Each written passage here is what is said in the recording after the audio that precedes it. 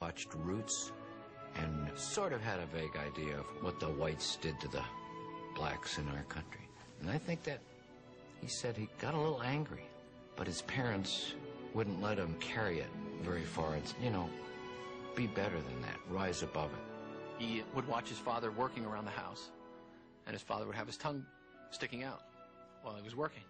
And whenever Michael would go to work, he'd have his tongue sticking out too. He kind of is the one that kept things going, you know, constantly energetic, moving, involved, always involved in sports, always involved in activity. I'd say mischievous would be the best word to describe him. One day, Jordan's youthful confidence was shaken to its roots. He was only about 12 years old. He and a friend of his were swimming out by Wrightsville Beach, and they got caught in an undertow and got swept out to sea, and his friend died. That's probably where a lot of his fear of water came from. I don't think he went back to the beach that much after that. If Jordan's interest in swimming died with his friend, he always had a natural-born desire to outdo all comers, especially his older brother, Larry. I grew up playing against my brother, and that's the best way that you can learn competition. And once you feel like you can beat your brother, you can beat anybody. He just was determined that he was going to win. And once he started to beat Larry, then, well... But Jordan's secure sense of his athletic self was severely challenged during his sophomore year at Laney High School. He failed to make the varsity basketball team. He was only probably 5'9", 5'10". He was the best sophomore that we had, but at the time we really did not need a guard. He says, I looked at the list and I went down it. I went past the J's and I wasn't there. And I went back up again and I wasn't there. He says, and I ran home and my mom was at work. There was no one at home. And I went to my room and I closed the door and I cried so hard. I would venture that was the first time that Mike had ever been told that he was not good enough to make a team. And it was tough, but being a competitor, he had something to prove. Jordan accepted the challenge and starred for the JV. The next year, he stood at 6'3" and joined the varsity. By the end of the 1980 season, Jordan had established himself as a major college prospect. His coming out party was the summer before his senior year when Coach Williams and the staff recognized him at camp, and then he ended up going to five-star camp and really playing great. Mike came to our camp, and Sunday afternoon, the first day he was there, I was running a gym, and he came through, and that night I went to Eddie Fogler, and Eddie said, did you see anybody you liked? And I said, Eddie, I think I just saw the best 6'4" high school player I've ever seen. You couldn't get a ticket to see him play as a senior. Everyone who from 30, 50, 60 miles around wanted to come and watch Michael Jordan play. After averaging 27 points and leading Laney High to a 19-4 season as a senior, Jordan packed his bags and headed for the only college he ever seriously considered, North Carolina. He soon learned there were no easy streets in Chapel Hill. A couple of weeks before practice started his freshman year, I said, Michael, you're going to have to do one thing. You're going to have to work a lot harder than you did in high school. And he said, I worked as hard as everybody else. And I said, do you want to be like everybody else? Number 23, Michael Jordan. Jordan's diligence earned him the respect of his coaches. And in the 1982 NCAA final against Georgetown, with the Tar Heels down 1, he wasn't afraid to pull the trigger in the final seconds. Gordy to Black. The tie, 18. Shot, Jordan! Michael Jordan! North Carolina has won the NCAA championship. The confidence and the competitiveness really grew in huge leaps and bounds after that freshman year.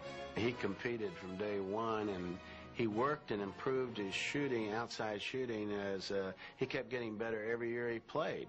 Gannon nearly loses it out. It is stolen now by Jordan. Uh-oh, they love that. FJ up in the rafters. Michael in the locker room before practice would point to somebody and say, I'm going to dunk on you today. And, you know, it's like you didn't want to make eye contact with him because you didn't want to get picked. Jordan pulls up on a 3-on-2 right now. Drive!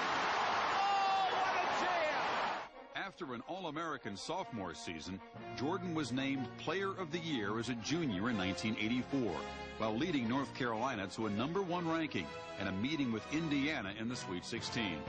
3.5 hours before the game, we have a pregame meal and walkthrough. Pregame meal's over, we're all kind of sitting there, and Coach Knight goes down the list on who has who, and he comes to Jordan.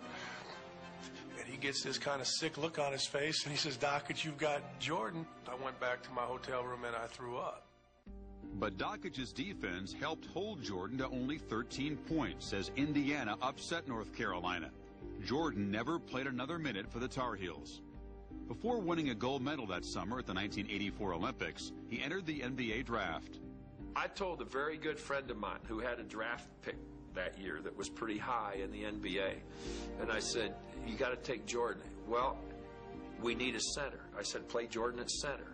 After 2 centers were selected, Hakeem Olajuwon by Houston and Sam Bowie by Portland, it was Chicago's pick. The Chicago Bulls pick Michael Jordan of the University of North Carolina. Rod Thorne, who drafted Michael, said at the time that he's going to be a fine offensive player, but not the kind that you could build an entire franchise around. Nobody really knew how good Michael was going to be.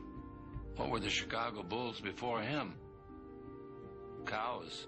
You have to remember that Chicago nights are cold, and they can be full of despair, and they can be brutal. And all of a sudden, there was something glorious right in the middle of the night. Here's a kaboom! I'm like, fasten your seatbelts. This is going to be a hell of a ride. You just knew it from day one. Earning Rookie of the Year honors, Jordan led the Bulls to the playoffs for the first time in 4 years. Then, with veterans Larry Bird and Magic Johnson, he lifted the NBA and the game itself to unprecedented heights. In his career with the Bulls, he won 10 scoring titles, including 7 straight, and had the highest career average in league history, 32 points. He got 69 points in a game against Cleveland. He also had 18 rebounds. I said to my partner, do you realize we're watching a legend? This is like watching Babe Ruth. In '92, Portland had its great season, and they were going into the finals against the Bulls, and Clyde Drexler had a great season. And there was a lot of talk that Clyde would be the MVP. Before the game, Michael says, we'll show who's the best player in the league. And he gets 35 points in the first half of Game 1 against Drexler, including 6 three-pointers with his famous sort of shrug. There's Jordan for 3! Yes! If he wanted to do something in the game, there was no stopping what he could do. Jordan demonstrated the depth of his lust for winning when he led the Bulls against the Cavaliers in the first round of the 1989 playoffs. There was 3 writers then traveling with the Chicago newspapers with the teams. And each of us picked the Cavaliers to win the series before Game 5 in Cleveland. He points to the one guy who picked him in 3, and he says, we took care of you.